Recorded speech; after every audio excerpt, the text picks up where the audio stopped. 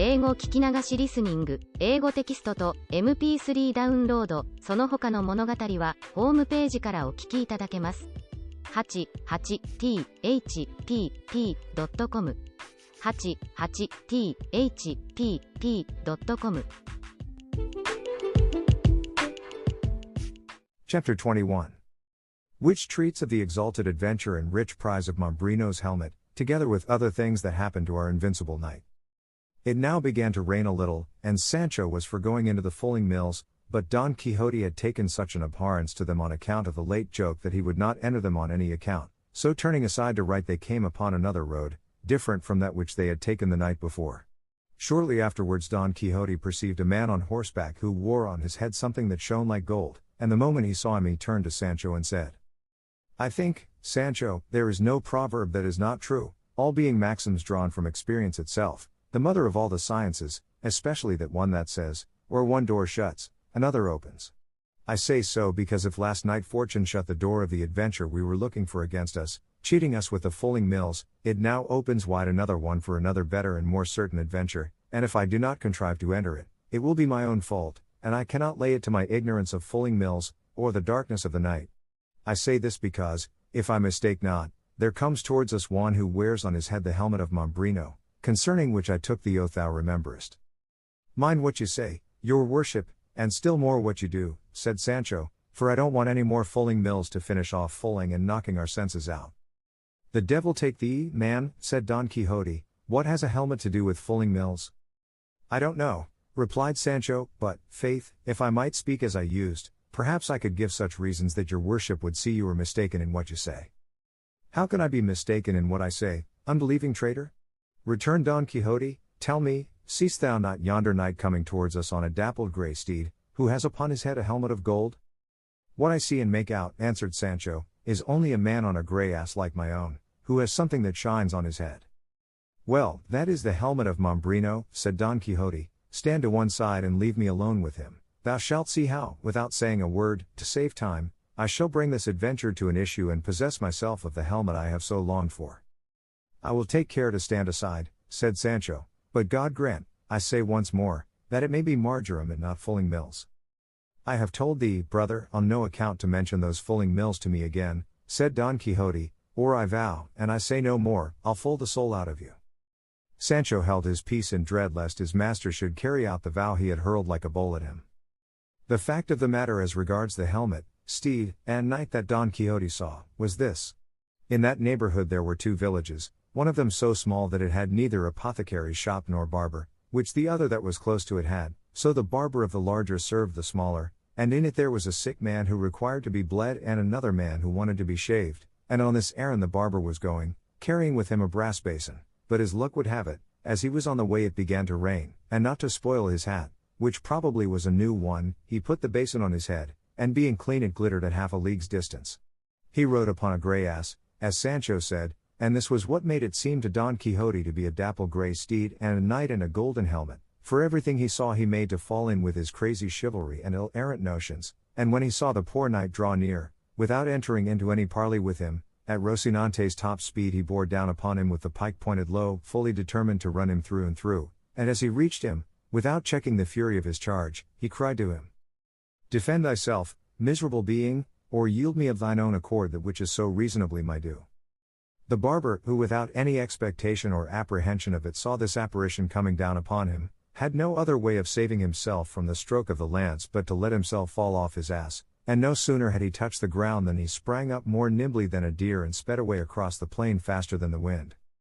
He left the basin on the ground, with which Don Quixote contented himself, saying that the pagan had shown his discretion and imitated the beaver, which finding itself pressed by the hunter's bites and cuts off with its teeth that for which, by its natural instinct, it knows it is pursued. He told Sancho to pick up the helmet, and he taking it in his hand said, "By God the basin is a good one, and worth a reel of 8 if it is worth a maravedis," and handed it to his master, who immediately put it on his head, turning it round, now this way, now that, in search of fitment, and not finding it he said, "Clearly the pagan to whose measure this famous headpiece was first forged must have had a very large head, but the worst of it is half of it is wanting." When Sancho heard him call the basin a headpiece he was unable to restrain his laughter, but remembering his master's wrath he checked himself in the midst of it. What art thou laughing at, Sancho? Said Don Quixote. I am laughing, said he, think of the great head the pagan must have had who owned this helmet, for it looks exactly like a regular barber's basin. Dost thou know what I suspect, Sancho? Said Don Quixote, that this wonderful piece of this enchanted helmet must by some strange accident have come into the hands of some one who was unable to recognize or realize its value, and who, not knowing what he did, and seeing it to be of the purest gold, must have melted down one half for the sake of what it might be worth, and of the other made this which is like a barber's basin as thou sayest, but be it as it may, to me who recognize it, its transformation makes no difference, for I will set it to rights at the first village where there is a blacksmith, and in such style that that helmet the god of smithies forged for the god of battles shall not surpass it or even come up to it, and in the meantime I will wear it as well as I can, for something is better than nothing, all the more as it will be quite enough to protect me from any chance blow of a stone. That is, said Sancho, if it is not shot with a sling as they were in the battle of the two armies, when they signed the cross on your worship's grinders and smashed the flask with that blessed draught that made me vomit my bowels up. It does not grieve me much to have lost it, said Don Quixote, for thou knowest, Sancho, that I have the receipt in my memory. So have I, answered Sancho, but if ever I make it, or try it again as long as I live, may this be my last hour. Moreover, I have no intention of putting myself in the way of wanting it, for I mean, with all my 5 senses, to keep myself from being wounded or from wounding anyone. As to being blanketed again I say nothing, for it is hard to prevent mishaps of that sort, and if they come there is nothing for it but to squeeze our shoulders together, hold our breath, shut our eyes, and let ourselves go where luck and the blanket may send us. Thou art a bad Christian, Sancho, said Don Quixote on hearing this, for once an injury has been done thee thou never forgettest it, but know that it is the part of noble and generous hearts not to attach importance to trifles. What lame leg hast thou got by it, what broken rib, what cracked head, that thou canst not forget that jest? For jest and sport it was, properly regarded, and had I not seen it in that light I would have returned and done more mischief in revenging thee than the Greeks did for the rape of Helen, who, if she were alive now, or if my Dulcinea had lived then, might depend upon it she would not be so famous for her beauty as she is. And here he heaved a sigh and sent it aloft, and said Sancho, let it pass for a jest as it cannot be revenged in earnest, but I know what sort of jest and earnest it was, and I know it will never be rubbed out of my memory any more than off my shoulders. But putting that aside, will your worship tell me what are we to do with this dapple grey steed that looks like a grey ass, which that Martino that your worship overthrew has left deserted here? For, from the way he took to his heels and bolted, he is not likely ever to come back for it, and by my beard but the grey is a good one. I have never been in the habit, said Don Quixote, of taking spoil of those whom I vanquish, nor is it the practice of chivalry to take away their horses and leave them to go on foot, unless indeed it be that the victor have lost his own in the combat, in which case it is lawful to take that of the vanquished as a thing won in lawful war. Therefore, Sancho, leave this horse, or ass, or whatever thou wilt have it to be, for when its owner sees us gone hence he will come back for it. God knows I should like to take it, returned Sancho, or at least to change it for my own, which does not seem to me as good a one. Verily the laws of chivalry are strict, since they cannot be stretched to let one ass be changed for another. I should like to know if I might at least change trappings. On that head I am not quite certain, answered Don Quixote, and the matter being doubtful, pending better information, I say thou mayest change them, if so be thou hast urgent need of them. So urgent is it, answered Sancho, that if they were for my own person I could not want them more, and forthwith, fortified by this license, he effected the mutatio caparum, rigging out his beast to the 99s and making quite another thing of it. This done, they broke their fast on the remains of the spoils of war plundered from the sumpter mule, and drank of the brook that flowed from the fulling mills, without casting a look in that direction. In such loathing did they hold them for the alarm they had caused them, and, all anger and gloom removed, they mounted and, without taking any fixed road, not to fix upon any being the proper thing for true knights errant, they set out, guided by Rocinante's will, which carried along with it that of his master, not to say that of the ass, which always followed him wherever he led, lovingly and sociably. Nevertheless they returned to the high road, and pursued it at a venture without any other aim. As they went along, then, in this way Sancho said to his master, Señor, would your worship give me leave to speak a little to you? For since you laid that hard injunction of silence on me several things have gone to rot in my stomach, and I have now just one on the tip of my tongue that I don't want to be spoiled. Say, on, Sancho, said Don Quixote, and be brief in thy discourse, for there is no pleasure in one that is long. Well then, Señor, returned Sancho, I say that for some days past I have been considering how little is got or gained by going in search of these adventures that your worship seeks in these wilds and crossroads, where, even if the most perilous are victoriously achieved, there is no one to see or know of them, and so they must be left untold forever, to the loss of your worship's object and the credit they deserve. Therefore it seems to me it would be better, saving your worship's better judgment, if we were to go and serve some emperor or other great prince who may have some war on hand, in whose service your worship may prove the worth of your person, your great might, and greater understanding, on perceiving which the Lord in whose service we may be will perforce have to reward us, each according to his merits, and there you will not be at a loss for someone to set down your achievements in writing so as to preserve their memory forever. Of my own I say nothing, as they will not go beyond squirely limits, though I make bold to say that, if it be the practice in chivalry to write the achievements of squires, I think mine must not be left out.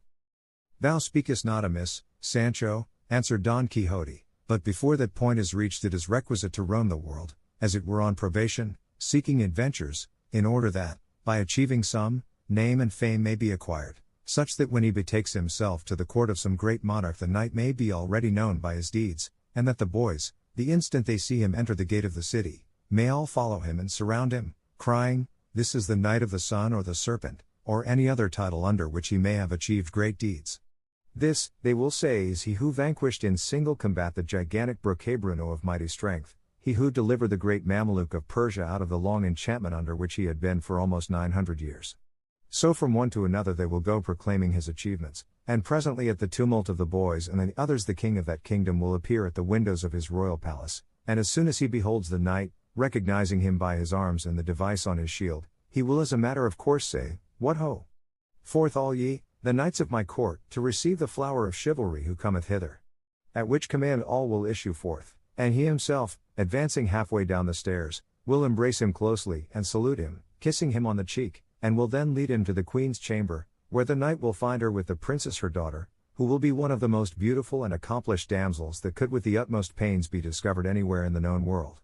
Straightway it will come to pass that she will fix her eyes upon the knight and he is upon her, and each will seem to the other something more divine than human, and, without knowing how or why they will be taken and entangled in the inextricable toils of love, and sorely distressed in their hearts not to see any way of making their pains and sufferings known by speech. Thence they will lead him, no doubt, to some richly adorned chamber of the palace, where, having removed his armor, they will bring him a rich mantle of scarlet wherewith to robe himself, and if he looked noble in his armor he will look still more so in a doublet. When night comes he will sup with the king, queen, and princess, and all the time he will never take his eyes off her, stealing stealthy glances, unnoticed by those present, and she will do the same, and with equal cautiousness, being, as I have said, a damsel of great discretion. The tables being removed, suddenly through the door of the hall there will enter a hideous and diminutive dwarf followed by a fair dame, between two giants, who comes with a certain adventure, the work of an ancient sage, and he who shall achieve it shall be deemed the best knight in the world. The king will then command all those present to essay it, and none will bring it to an end and conclusion save the stranger knight, to the great enhancement of his fame, whereat the princess will be overjoyed and will esteem herself happy and fortunate in having fixed and placed her thoughts so high. And the best of it is that this king, or prince, or whatever he is engaged in a very bitter war with another as powerful as himself, and the stranger knight, after having been some days at his court, requests leave from him to go and serve him in the said war. The king will grant it very readily, and the knight will courteously kiss his hands for the favor done to him, and that night he will take leave of his lady the princess at the grating of the chamber where she sleeps, which looks upon a garden, and at which he has already many times conversed with her, the go-between and confidant in the matter being a damsel much trusted by the princess. He will sigh, she will swoon, the damsel will fetch water, much distressed because morning approaches, and for the honor of her lady he would not that they were discovered. At last the princess will come to herself and will present her white hands through the grating to the knight, who will kiss them 1,000 times, bathing them with his tears. It will be arranged between them how they are to inform each other of their good or evil fortunes, and the princess will entreat him to make his absence as short as possible, which he will promise to do with many oaths. Once more he kisses her hands, and takes his leave in such grief that he is well nigh ready to die. He betakes him thence to his chamber, flings himself on his bed, cannot sleep for sorrow at parting, rises early in the morning, goes to take leave of the king, queen, and princess, and, as he takes his leave of the pair, it is told him that the princess is indisposed and cannot receive a visit. The knight thinks it is from grief at his departure, his heart is pierced, and he is hardly able to keep from showing his pain. The confidant is present, observes all, goes to tell her mistress, who listens with tears and says that one of her greatest distresses is not knowing who this knight is, and whether he is of kingly lineage or not. The damsel assures her that so much courtesy, gentleness, and gallantry of bearing as her knight possesses could not exist in any save one who was royal and illustrious. Her anxiety is thus relieved, and she strives to be of good cheer lest she should excite suspicion in her parents, and at the end of 2 days she appears in public. Meanwhile the knight has taken his departure, he fights in the war, conquers the king's enemy, wins many cities, triumphs in many battles, returns to the court, sees his lady where he was wont to see her, and it is agreed that he shall demand her in marriage of her parents as the reward of his services. The king is unwilling to give her, as he knows not who he is, but nevertheless, whether carried off or in whatever other way it may be, the princess comes to be his bride, and her father comes to regard it as very good fortune, for it so happens that this knight is proved to be the son of a valiant king of some kingdom, I know not what, for I fancy it is not likely to be on the map. The father dies, the princess inherits, and in 2 words the knight becomes king. And here comes in at once the bestowal of rewards upon his squire and all who have aided him in rising to so exalted a rank. He marries his squire to a damsel of the princesses, who will be, no doubt, the one who was confidant in their amour, and is daughter of a very great duke. That's what I want, and no mistake about it, said Sancho. That's what I'm waiting for all this, word for word, is in store for your worship under the title of the Knight of the Rueful Countenance. Thou needst not doubt it, Sancho, replied Don Quixote, for in the same manner, and by the same steps as I have described here, knights errant rise and have risen to be kings and emperors. All we want now is to find out what king, Christian or pagan, is at war and has a beautiful daughter, but there will be time enough to think of that, for, as I have told thee, fame must be won in other quarters before repairing to the court. There is another thing, too, that is wanting, for supposing we find a king who is at war and has a beautiful daughter, and that I have won incredible fame throughout the universe, I know not how it can be made out that I am of royal lineage, or even second cousin to an emperor, for the king will not be willing to give me his daughter in marriage unless he is first thoroughly satisfied on this point, however much my famous deeds may deserve it, so that by this deficiency I fear I shall lose what my arm has fairly earned. True it is I am a gentleman of known house, of estate and property, and entitled to the 500 soldos mulct, and it may be that the sage who shall write my history will so clear up my ancestry and pedigree that I may find myself 5th or 6th in descent from a king, for I would have thee know, Sancho, that there are 2 kinds of lineages in the world, some there be tracing and deriving their descent from kings and princes, whom time has reduced little by little until they end in a point like a pyramid upside down, and others who spring from the common herd and go on rising step by step until they come to be great lords, so that the difference is that the one were what they no longer are, and the others are what they formerly were not. And I may be of such that after investigation my origin may prove great and famous, with which the king, my father-in-law that is to be, ought to be satisfied, and should he not be, the princess will so love me that even though she well knew me to be the son of a water carrier, she will take me for her lord and husband in spite of her father. If not, then it comes to seizing her and carrying her off where I please, for time or death will put an end to the wrath of her parents.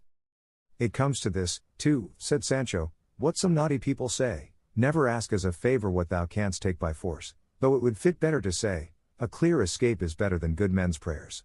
I say so because if my lord the king, your worship's father-in-law, will not condescend to give you my lady the princess, there is nothing for it but, as your worship says, to seize her and transport her.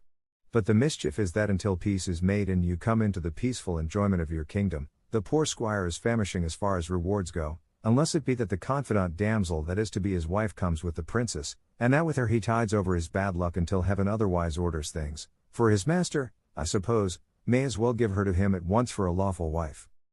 Nobody can object to that, said Don Quixote. Then since that may be, said Sancho, there is nothing for it but to commend ourselves to God, and let fortune take what course it will. God guide it according to my wishes and thy wants, said Don Quixote, and mean be he who thinks himself mean.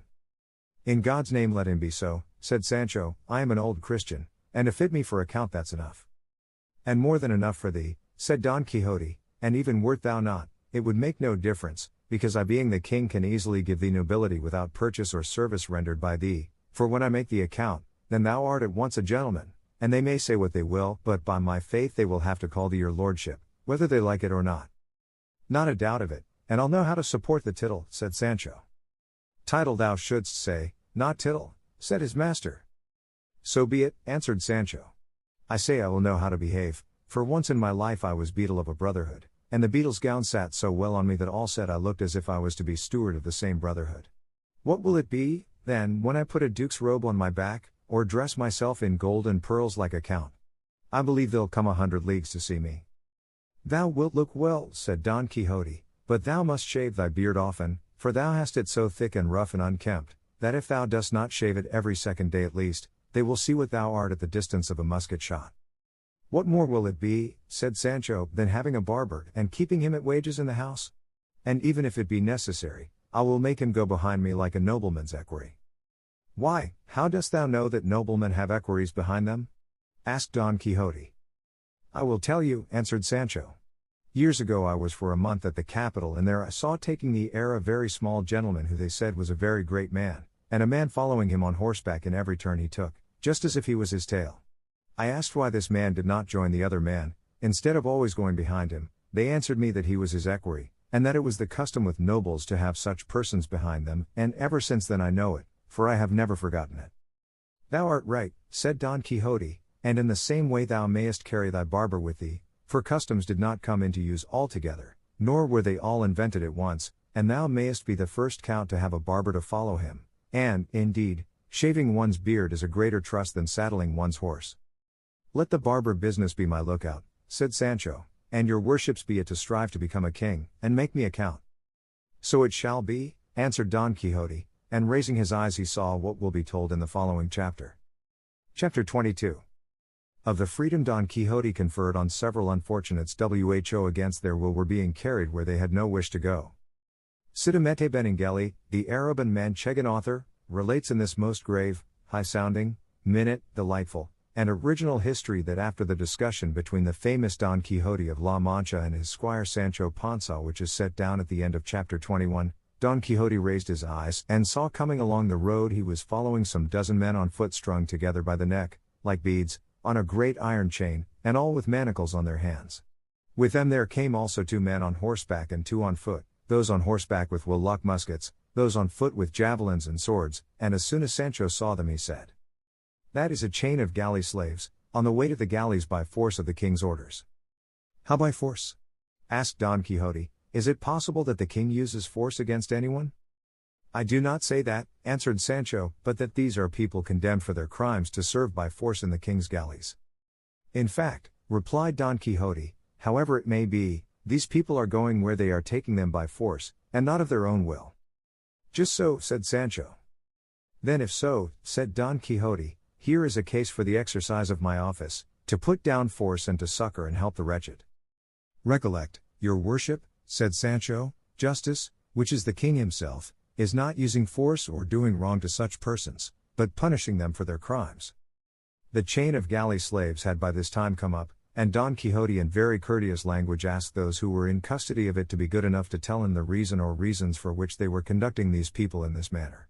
One of the guards on horseback answered that they were galley slaves belonging to his majesty, that they were going to the galleys, and that was all that was to be said and all he had any business to know. Nevertheless, replied Don Quixote, I should like to know from each of them separately the reason of his misfortune. To this he added more to the same effect to induce them to tell him what he wanted so civilly that the other mounted guard said to him,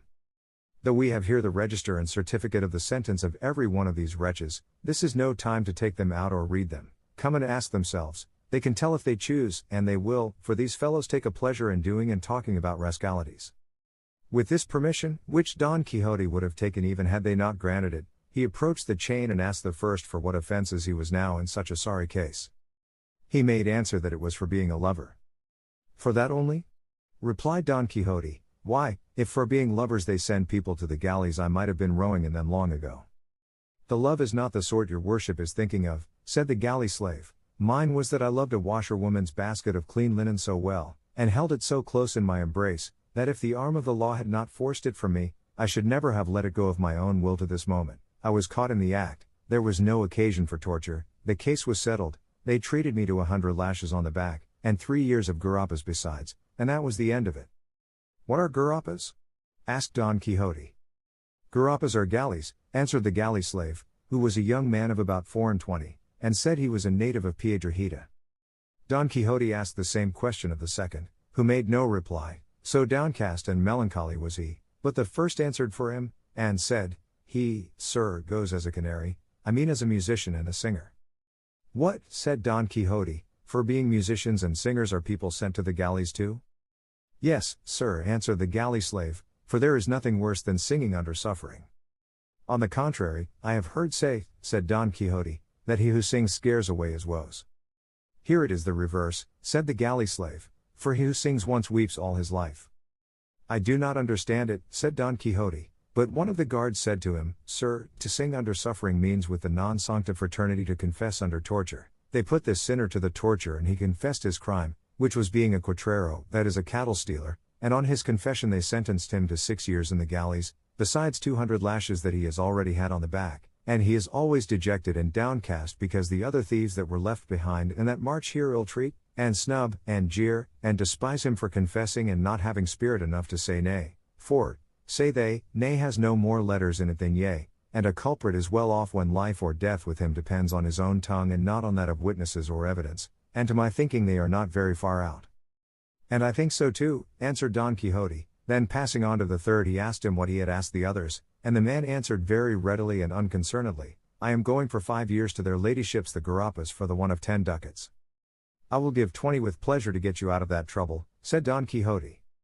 That, said the galley slave, is like a man having money at sea when he is dying of hunger and has no way of buying what he wants. I say so because if at the right time I had had those 20 ducats that your worship now offers me, I would have greased the notary's pen and freshened up the attorney's wit with them, so that today I should be in the middle of the plaza of the Zocodover at Toledo, and not on this road coupled like a greyhound. But God is great, patience, that's enough of it. Don Quixote passed on to the fourth, a man of venerable aspect with a white beard falling below his breast, who on hearing himself ask the reason of his being there began to weep without answering a word, but the fifth acted as his tongue and said, This worthy man is going to the galleys for 4 years, after having gone the rounds in ceremony and on horseback. That means, said Sancho Panza, as I take it, to have been exposed to shame in public. Just so, replied the galley slave, and the offense for which they gave him that punishment was having been an ear broker, nay body broker, I mean, in short, that this gentleman goes as a pimp, and for having besides a certain touch of the sorcerer about him.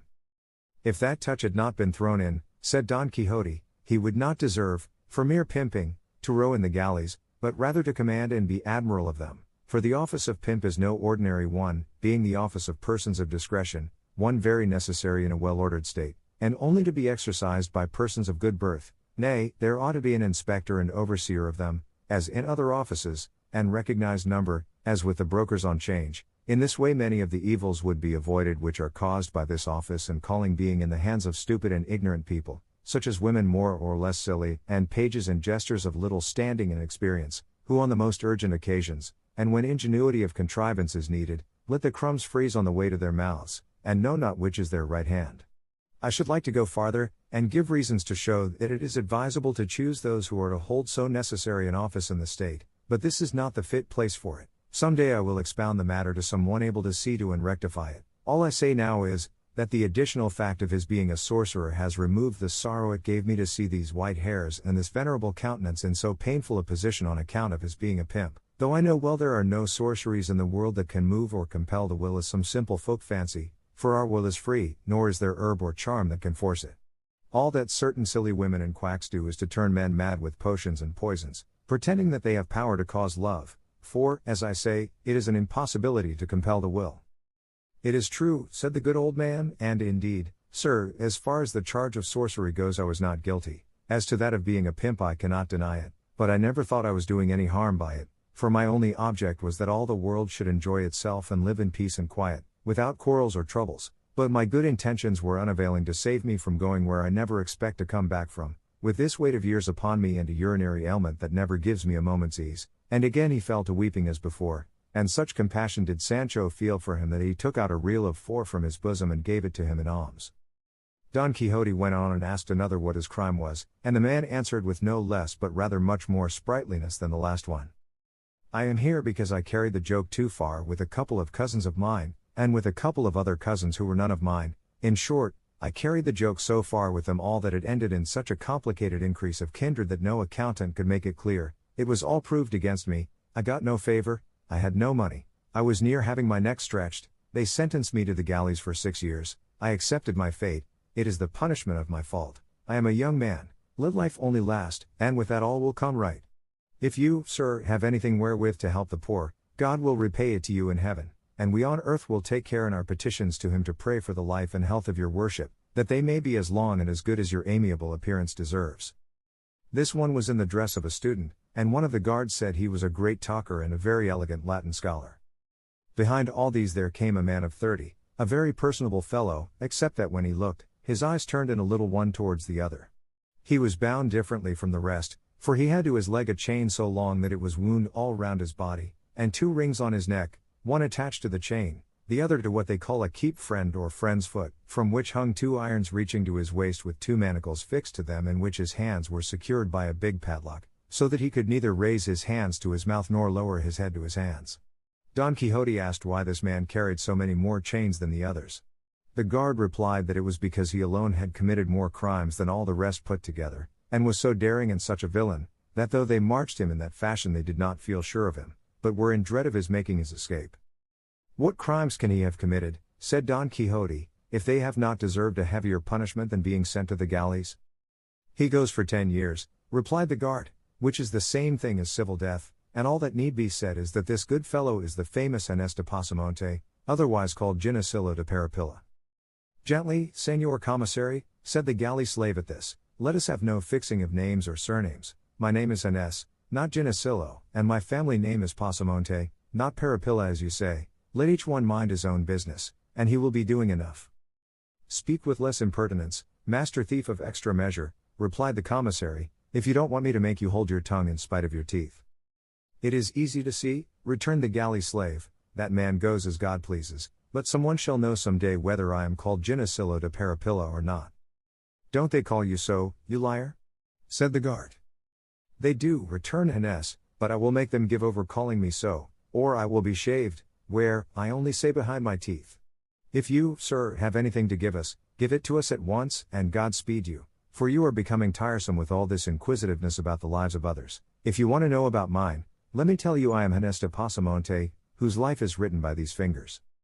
He says true, said the commissary, for he has himself written his story as grand as you please, and has left the book in the prison in pawn for 200 reals. And I mean to take it out of pawn, said Ginés, though it were in for 200 ducats. Is it so good?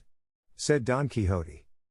So good is it, replied Ginés, that a fig for Losario de Tormes, and all of that kind that have been written, or shall be written compared with it. All I will say about it is that it deals with facts, and facts so neat and diverting that no lies could match them. And how is the book entitled?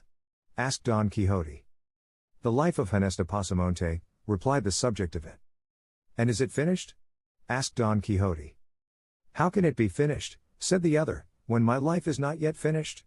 All that is written is from my birth down to the point when they sent me to the galleys this last time. Then you have been there before? Said Don Quixote.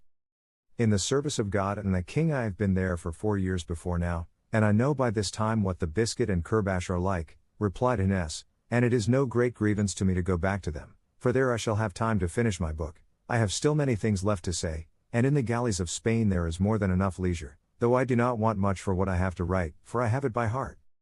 You seem a clever fellow, said Don Quixote. And an unfortunate one, replied Ginés, for misfortune always persecutes good wit. It persecutes rogues, said the commissary.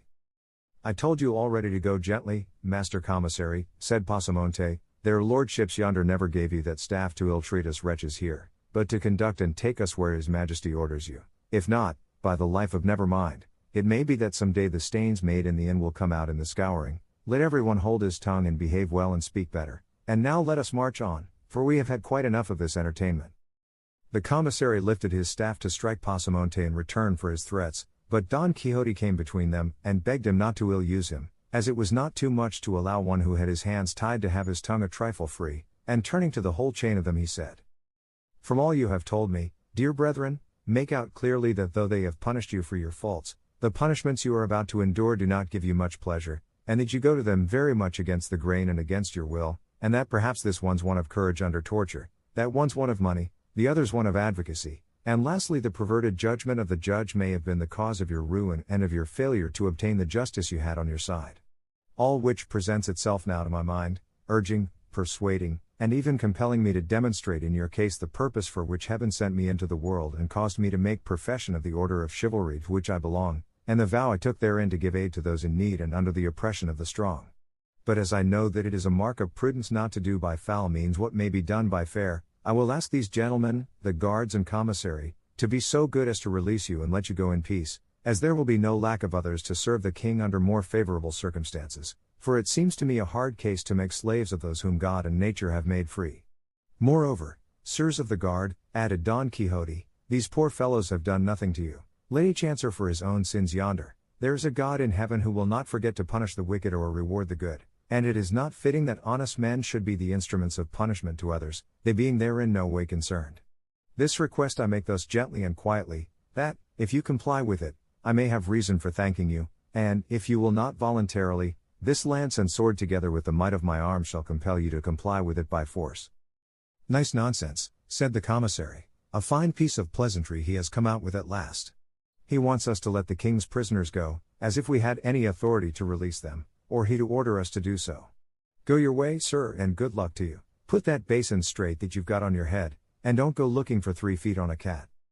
'Tis you that are the cat, rat, and rascal, replied Don Quixote, and acting on the word he fell upon him so suddenly that without giving him time to defend himself he brought him to the ground sorely wounded with a lance thrust, and lucky it was for him that it was the one that had the musket. The other guards stood thunderstruck and amazed at this unexpected event, but recovering presence of mind, those on horseback seized their swords, and those on foot their javelins, and attacked Don Quixote, who was waiting for them with great calmness, and no doubt it would have gone badly with him if the galley slaves, seeing the chance before them of liberating themselves, had not effected it by contriving to break the chain on which they were strung. Such was the confusion, that the guards, now rushing at the galley slaves who were breaking loose, now to attack Don Quixote who was waiting for them, did nothing at all that was of any use.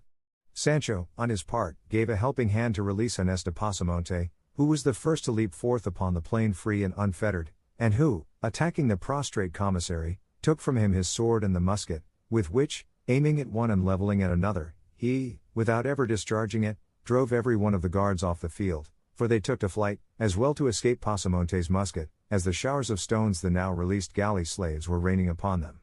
Sancho was greatly grieved at the affair, because he anticipated that those who had fled would report the matter to the Holy Brotherhood, who at the summons of the alarm bell would at once sally forth in quest of the offenders, and he said so to his master, and entreated him to leave the place at once, and go into hiding in the sierra that was close by. That is all very well, said Don Quixote, but I know what must be done now, and calling together all the galley slaves, who were now running riot and had stripped the commissary to the skin, he collected them round him to hear what he had to say, and addressed them as follows: to be grateful for benefits received is the part of persons of good birth, and one of the sins most offensive to God is ingratitude. I say so because, sirs, ye have already seen by manifest proof the benefit ye have received of me, in return for which I desire, and it is my good pleasure that, laden with that chain which I have taken off your necks, ye at once set out and proceed to the city of El Toboso, and there present yourselves before the lady Dulcinea del Toboso, and say to her that her knight, he of the rueful countenance, sends to commend himself to her, and that ye recount to her in full detail all the particulars of this notable adventure, up to the recovery of your longed-for liberty, and this done ye may go where ye will. And good fortune attend you. Ginés de Pasamonte made answer for all, saying, that which you, sir, our deliverer, demand of us, is of all impossibilities the most impossible to comply with, because we cannot go together along the roads, but only singly and separate, and each one his own way, endeavoring to hide ourselves in the bowels of the earth to escape the Holy Brotherhood, which, no doubt, will come out in search of us. What your worship may do, and fairly do, is to change this service and tribute as regards the Lady Dulcinea del Toboso for a certain quantity of Ave Marias and Credos which we will say for your worship's intention, and this is a condition that can be complied with by night as by day, running or resting, in peace or in war. But to imagine that we are going now to return to the flesh pots of Egypt, I mean to take up our chain and set out for El Toboso, is to imagine that it is now night, though it is not yet 10 in the morning, and to ask this of us is like asking pears of the elm tree. Then by all that's good, said Don Quixote, now stirred to wrath, Don son of a bitch, Don Ginesillo de Parapillo, or whatever your name is, you will have to go yourself alone, with your tail between your legs and the whole chain on your back. Pasamonte, who was anything but meek, being by this time thoroughly convinced that Don Quixote was not quite right in his head as he had committed such a vagary as to set them free, finding himself abused in this fashion, gave the wink to his companions, and falling back they began to shower stones on Don Quixote at such a rate that he was quite unable to protect himself with his buckler, and poor Rocinante no more heeded the spur than if he had been made of brass. Sancho planted himself behind his ass, and with him sheltered himself from the hailstorm that poured on both of them. Don Quixote was unable to shield himself so well but that more pebbles than I could count struck him full on the body with such force that they brought him to the ground, and the instant he fell the student pounced upon him, snatched the basin from his head, and with it struck 3 or 4 blows on his shoulders, and as many more on the ground, knocking it almost to pieces. They then stripped him of a jacket that he wore over his armor, and they would have stripped off his stockings if his greaves had not prevented them. From Sancho they took his coat, leaving him in his shirt sleeves, and dividing among themselves the remaining spoils of the battle, they went each one his own way, more solicitous about keeping clear of the holy brotherhood they dreaded, than about burdening themselves with the chain, or going to present themselves before the Lady Dulcinea del Toboso. The ass and Rocinante, Sancho and Don Quixote, were all that were left upon the spot, the ass with drooping head, serious, shaking his ears from time to time as if he thought the storm of stones that assailed them was not yet over, Rocinante stretched beside his master, for he too had been brought to the ground by a stone, Sancho stripped, and trembling with fear of the holy brotherhood, and Don Quixote fuming to find himself so served by the very persons for whom he had done so much. 英語聞き流しリスニング、英語テキストと MP3 ダウンロード、その他の物語はホームページからお聞きいただけます。88thpp.com 88thpp.com